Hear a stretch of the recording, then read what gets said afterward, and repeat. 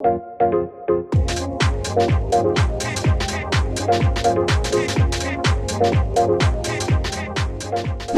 everyone and welcome to this new video. In this video I'll be reacting to some Power Harbinger gameplay because I was unfortunately unable to play the last GW2 beta event. So there have been lots of changes to Harbinger. They removed the healing mechanic, which used to convert your life force to healing, and they changed the potions on Harbinger, so it's quite a different spec. I was unable to play myself, but luckily Baz made a very good Power Harbinger build with a friend of his, and he posted some amazing gameplay on YouTube, and I wanted to react to that because Harbinger is looking a bit better than before, and especially Power Harbinger. And we're gonna get straight into it with a 3v1 on Far versus a Willbender and Virtuoso, and on the left side there is an Untamed who joins the fight. And he basically drops all his skills, gets 10k on Harbinger Shroud number 4, 6k on Harbinger Shroud number 3, and downs two players, which is insane. This was just an amazing clip, and when I saw this for the first time, I was quite impressed, but I'm actually gonna go back and watch it in slow motion because a lot happened in a very short time span. So what you see is that the Willbender and Untamed engage on him, and he drops a Well of Darkness on this very good kite spot. He then uses his elixir to get all the boons available, heals, drops a dagger number 5, and then goes into Harbinger Shroud and makes them float with the number 5 skill. And then he uses the number 4 skill, which does 10k damage, followed by number 3, which does 6k damage on each.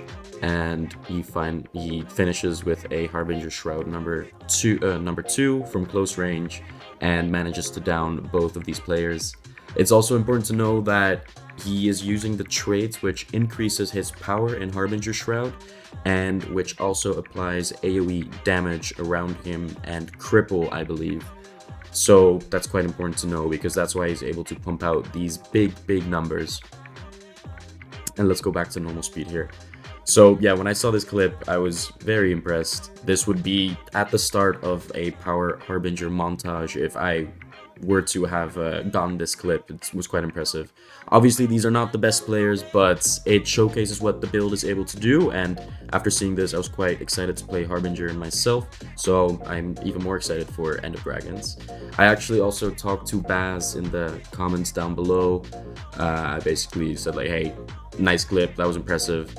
I asked him what he thought of the new updates to Harbinger in the last beta event compared to the first beta event, and he basically says that it needs to have a support, that there is, no more life, there's very little sustain because they removed the mechanic of draining life force to healing. So he's basically saying it's more of a bursty class now. And now there is just so much less sustain, and it's even more of a squishy spec to play. And that means that it can't stay too long in fights because there's no sustain to keep it going. However, Baz did say that he thinks it's one of the best classes 1v1, so who knows? We'll see. That's quite impressive. Let's continue with the gameplay, actually.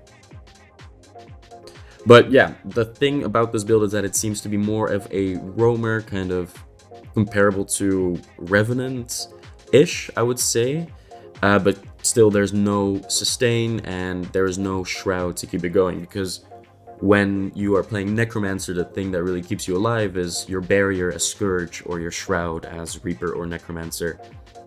These defenses help you survive, for example, bursts by Revenants or Thieves, but on Harbinger, that doesn't seem to be the case. The build that Baz is using right now is pumping out huge numbers. As you can see, that was what, 9k, 6k, and another 6k very quickly, which is quite impressive. But if there's no defense to keep it going, I am a little bit worried about this spec because, with Reaper you have 40,000 HP with another full, if you have full life force.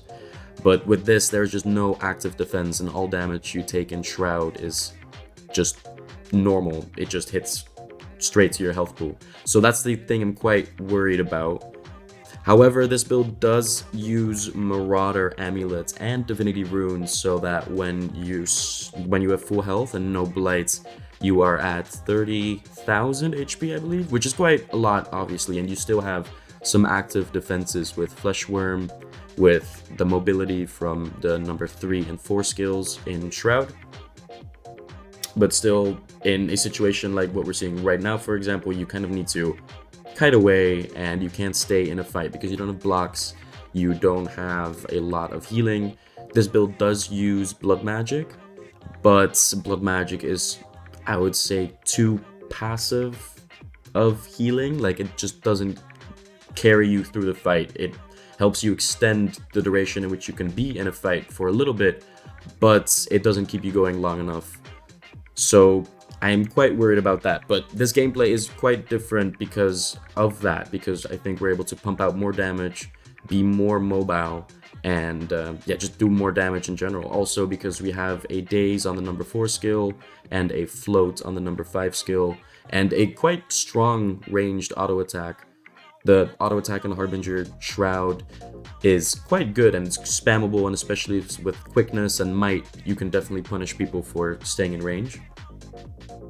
But I'm just worried about the sustain of the build, because that was also one of the problems that I was having during the first beta event, that it just required a different playstyle. You really needed to always be on your toes, and you can't tank damage anymore like you can with Reaper or Necromancer, and especially Necromancer. Necromancer is just a punching bag, and Harbinger is completely different from that. So it's going to be exciting to see how these changes will be once End of Dragons goes live. This match is showcasing some really nice gameplay, but at the same time, looking at the score, you know that it's not really a fair match. But it was just a really, really nice clip at the start with the 3v1. But yeah, I guess we'll see in End of Dragons. Also, little update, as you can probably hear, I got a new microphone, which means that I don't need to record these commentaries on my phone voice recorder. So I will be doing more commentary videos. I will be streaming more on Twitch, hopefully. So yeah, that's big news. I invested in a good microphone, and I'm quite happy with it because my voice sounds high quality now, which is quite nice. And also, I was going into the YouTube analytics and I found out that only 14% of you are actually subscribed to the channel. So if you enjoy this content and you have not subscribed yet, please consider doing so. It would really help me out, and you can expect some quality GW2 content, mainly focusing on everything about Reaper, Necromancer, Scourge, and coming up Harbinger. So that's very exciting. And then at the end of this video, there's another good clip of him versus the Willbender and the Vindicator. He's here at their spawn and has to kite away because the Vindicator joined the fight, but he lures them again to a spot where he's able to get all of his AoE damage off and drops Well of Darkness, uses his elite potion and the Harbinger Shroud skills, and especially the number 4 again, hitting for 6k and finishing off with spamming the Harbinger auto attack bolts. Quite impressive again, and it just shows that Harbinger is quite good, but you do also still need to use the terrain, which is something that Necromancer, Scourge, and Reaper have always been needing to do, because otherwise you're just too vulnerable out in the open. So I quickly remade the build in the GW2 skills editor, and as you can see, he's using the Marauder amulets and the runes of divinity to gain as much vitality as possible. Here it says 33,000, but in the video it said at the start of the match he had 30,000, I believe, so still a lot. As for the traits, he's using Cascading Corruption to increase his power in Harbinger Shroud, which is allowing him to get those big numbers. And it also applies damage and cripple around him every 3 seconds, which is very useful, especially the cripple, I would say, so you can stay close to your enemies. Then he has Implacable Foe, which means that he gains stability when entering Shroud, and which converts his vitality to Ferocity. And this trait is very good, I would say. We used to have a trait like this, I think, in Soul Reaping called Foot in the Grave, but stability is just a great boon to have on Necromancer, and converting vitality to ferocity increases your damage by a lot, especially in Shroud, because in Shroud you also already have an extra 300 ferocity. And then lastly, in the Harbinger trade line, he uses Vile Files to reduce the recharge of his elixirs and make his elixirs apply vulnerability and slow. And you could see that Baz was throwing his elixirs onto his enemies to apply these conditions, and especially slow, I would say, is a very debilitating condition to have on you. So quite good traits. And then he finishes off the trade lines by just going Blood Magic with Unholy Martyr for more life force and condition removing. He has some more siphons due to Vampiric Presence and Blood Magic in general. And then he uses Quickening Thirst for an increase in movement speed and to reduce the offhand dagger skill cooldowns. And in Soul Reaping, he goes with Death Perception, Soul Barbs, and Soul Marks. All very basic Necromancer traits, and especially Soul Marks is good because it has synergy with Mark of Evasion, so that every time you dodge, you leave a mark, and if it's activated, you gain 3% life force. And that together with the Siphons makes it so that this build has some okay sustain, but not as much as we used to have in the first beta event, where life force would be converted to healing. However, Elixir of Promise is a good healing skill. I wouldn't call it that this is good sustain, but the healing skill is good in general. In the video, it healed for 7.3k, and it also now applies regeneration instead of vigor in the new patch notes, which you can find over here.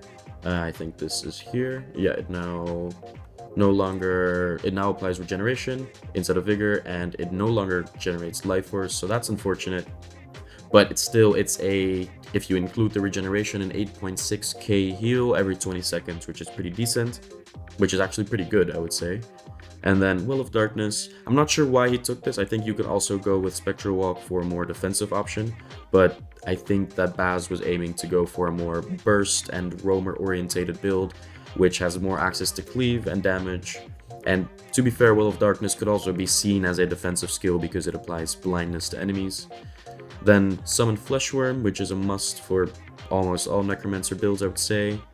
Elixir of Risk for more Fury and Might, just to increase his damage. And lastly, we have the Elixir of Ambition, which gives all boons to the user, and now also inflicts 1 stack of each damaging condition for 5 seconds to enemies, as you can see. So that would be 1 stack of Bleed, Burn, Confusion, Poison, and Torment. Quite good skills. I'm not sure why he's using Offhand Dagger. I think Focus would also work quite well because Focus has more access to life force regeneration. But he was using Enfeebling Blood quite well in the video. It has a lower cooldown with the trait, and it applies weakness to enemies, so it's a decent weapon either way. So yeah, that's the build that he was running. Thank you guys for watching this video. If you want to know more about my thoughts on Harbinger, be sure to watch the video, which should pop up on the top right of the video right now. Yeah, thank you very much for watching this video, and leave any thoughts, comments, or questions in the comment section below, and I'll be sure to reply to them. Have a very good day.